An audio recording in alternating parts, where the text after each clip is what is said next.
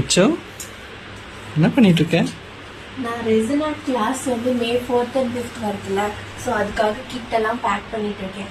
So என் கூட வாங்க, நான் என்னென்ன கிட்டு பேக் பண்ணுறேன்னு பார்த்துடலாம். நிறைய பேர் கேட்பாங்க உங்கள் கிளாஸில் என்னென்ன கிட் வருது அப்படின்னு கேட்பாங்க. ஸோ பேக் பண்ணுறதோட உங்களுக்கும் என்னென்ன கிட்டுன்னு சொல்லிடுறேன், வாங்க பார்க்கலாம். பார்க்கலாமே.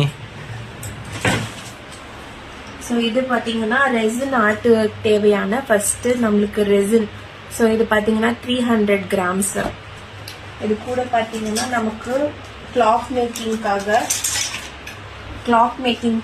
2 கிளாக் MDFs. அதுக்கப்புறம் கிளாக் மெஷினு பேக் சைடு மாற்ற ஹேண்டில்.